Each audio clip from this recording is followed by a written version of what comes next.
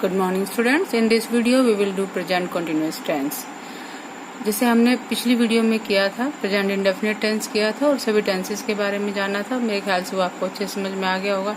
आज कई दिनों के बाद वीडियो बना रही हूँ बेटा, क्योंकि टाइम कम लगता है, स्कूल जाते हैं ना रोज।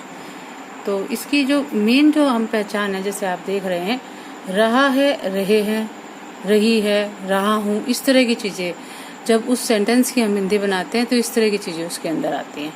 ठीक है। और इसकी जो फॉर्मुलेशन जो रहती है वो आप सभी को पता है कि बहुत ही सिंपल सी है।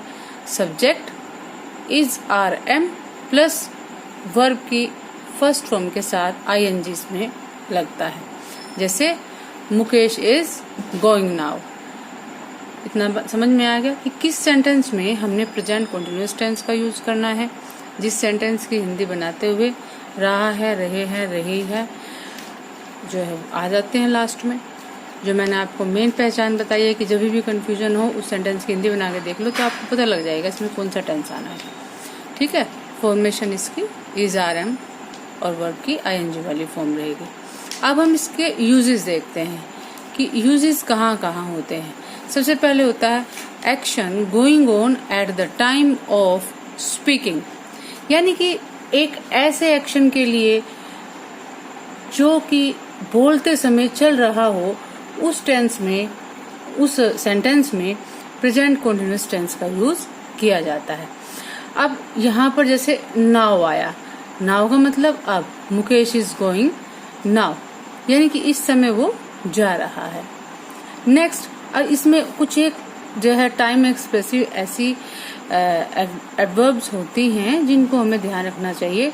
जैसे now, at present, at the moment, this morning, currently, this evening, यानी कि जिन वर्ड्स को देख के या जिन एडवर्ब्स को देख के हमें ऐसा लगता है कि सेंटेंस जिस समय बोला गया उस समय वो काम चला हुआ है, कंटिन्यूअस है काम। ठीक है। एक तो इसका ये हो गया कि जिस समय action going on at the time of speaking, बोलते समय जो है काम चला होना चाहिए। दूसरा है for temporary action, for temporary action, यानी कि जिस समय बोल रहे हैं जरूरी नहीं काम उस समय चल रहा हो। जैसे आपसे कोई पूछ लेता आप कौन सी क्लास में हो, कौन सी क्लास में पढ़ रहे हो, कि मैं 7th क्लास में पढ़ रहा हूँ, लेकिन आप उस समय कहीं और हैं, घर पर हैं या कहीं पिकनिक मना रहे हैं, लेकिन फिर भी आप यही कहेंगे कि मैं 7th क्लास में पढ़ रहा हूँ, जबकि आप उस समय पढ़ नहीं रहे हैं। तो मतलब कि उस समय, उस दौरान जो उस समय टाइम चल रहा है, उस समय आप वो काम कर रहे हैं। जैसे not in the time of speaking, बोलते समय नहीं वो काम चल रहा है, लेकिन जनरली जो है वो काम चल रहा है। जैसे कोई पूछ ले आजकल आप क्या कर रहे हो, आजकल मैं टीचिंग कर रहा हूँ, जबकि मैं उस समय टीचिंग नहीं कर रही हूँ। उस समय हम क्या कर रहे हैं, हम कुछ और काम, मार्केट में जा रहे हैं या कुछ और कर रहे हैं। ठीक है। तो जैसे I M living in A rented room, अब वो आदमी चाहे कहीं भी है, चाहे वो अपने ऑफिस में है या कहीं भी गली में है, लेकिन अगर उससे कोई पूछेगा कि आप कहाँ रह रहे हो, तो वो जवाब देगा कि मैं एक रेंटेड रूम में रह रहा हूँ। बात समझ में आई। और तीसरा जो पॉइंट है nearest future for fix programme और प्लान, ये मैंने आपको प्रेजेंट इंडेफिनिट टेंस में भी बताया था कि 3 चीजों में, जैसे नियर फ्यूचर को हम 3 तरह से शो कर सकते हैं। एक तो प्रेजेंट इंडेफिनिट में, एक प्रेजेंट कंटिन्यूअस में, और दूसरा फ्यूचर इंडेफिनिट में। He is going to Chennai tonight, अब टुनाइट के साथ साथ जैसे टुडे हो गया, ठीक है, उसमें भी यही आएगा। टुमारो हुआ, उसमें भी यही आएगा। जैसे हमने नीचे दे दी आपको एडवर्ब ऑफ टाइम जो भी होगी, टुनाइट है, टुमारो, नेक्स्ट के साथ कुछ भी लगा हो, नेक्स्ट डे है, next night, next morning, next month, next moment, next year, next week, कुछ भी हो सकता है। और कोई फिक्स टाइम आपको दे दिया, 5 o'clock जैसे दे दिया, ठीक है, 5 PM, 5 AM, इस तरह से फिक्स टाइम, यानी कि जो काम बिल्कुल फिक्स है कि ये काम होना ही होना। जैसे हिंदी में भी हम बोल देते हैं कि आज आप क्या कर रहे हो, आज तो मैं अपने गांव जा रहा हूँ, या आप ऐसे कह दोगे अच्छा जी अब क्या करोगे, आज मैं पक्का अपने गांव जा रहा हूँ। यानी कि जो काम पक्का होता है उसमें हम क्या करते हैं, कॉन्टिन्यूस टेंस का यूज करते हैं। नेक्स्ट जो ये आप लोग नोट कर लोगे अपनी बुक में और इनको लर्न भी कर लोगे कि इस तरह के जो वर्ड्स होते हैं इनमें हम क्या करते हैं, हम कॉन्टिन्यूस टेंस का यूज करते हैं।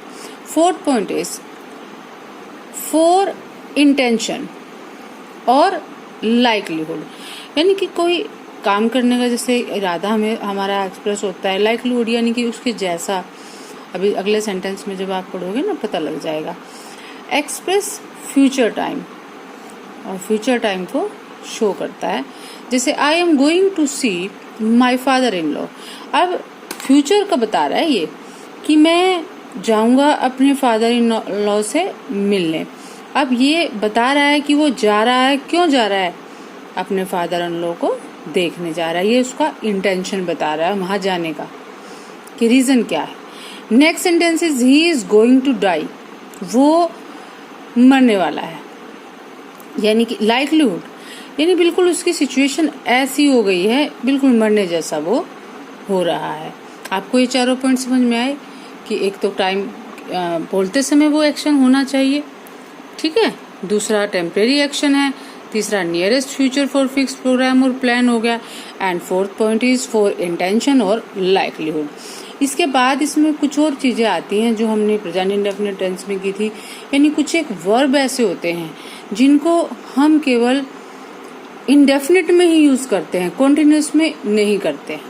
उनको डिटेल में बताएंगे तो एक पूरी वीडियो एक और लगेगी, फिर किसी और दिन मैं आपको बता दूंगी। मैंने उसमें आपको कुछ एक वर्ड्स लिखवाए थे, जैसे अंडरस्टैंड है, और है, चलो एक दो सेंटेंस मैं आपको बता ही देती हूँ, वो भी आप समझ लो अच्छे से कि कुछ एक वर्ड ऐसे होते हैं जिनको हमने कॉन्टिन्यूस में यूज नहीं करना है, और अगर करना है तो स्पेशल किसी रीजन से करना है, ठीक है। चलो हम आगे देखते हैं। अब जैसे बेटे ये सेंटेंस है, he is understanding it, he understands it. अब ही इज अंडरस्टैंडिंग इट का क्या मतलब हुआ, कि वो इस बात को समझ रहा है या वो इस बात को समझता है, वो इस बात को समझने लग रहा है और वो इस बात को, इसमें ये वाला सेंटेंस सही है, क्योंकि अंडरस्टैंड जो वर्ड है वो जनरल इसमें ही यूज होगा, किसमें, इंडेफिनिट टेंस में, वो कॉन्टिन्यूस टेंस में यूज नहीं होगा। और ये वाला सेंटेंस क्या है, गलत है, क्योंकि ये हमने कॉन्टिन्यूस में यूज कर दिया है। दूसरा सेंटेंस है I feel that he is right. I am feeling कुछ होता नहीं है बेटे, बहुत ही रेयर यूज होता है कि सेंटेंस में जैसे कोई सोच सोच के बोले कि मैं कर रहा हूँ महसूस, ऐसे कोई सेंटेंस है। लेकिन जनरली क्या होता है कि मुझे ऐसा लगता है कि वो सही है, मुझे ऐसे लगने लग रहा है, ये गलत हो जाता है। तो इसमें भी ये सेंटेंस आपका गलत है और ये सेंटेंस आपका सही है। तो आपको जो है मेरे ख्याल से अच्छे से आपको कॉन्टिन्यूस टेंस समझ में आ गया होगा बेटे। आज के लिए बस इतना ही, और आप इसकी इंडेफिनिट की और कॉन्टिन्यूस टेंस की प्रैक्टिस करेंगे। इसमें कुछ और चीजें जैसे थोड़ी सी रह गई है कि फील में आईएनजी वगैरह हम कब लगाते हैं, वो किसी और वीडियो में मैं आपको बता दूंगी। अभी हम अगली वीडियो में अपना अगला ही टेंस करेंगे। ओके स्टूडेंट्स, और आप इसकी प्रैक्टिस करो और अपने एग्जाम्स की तैयारी करो। Best of luck, bye.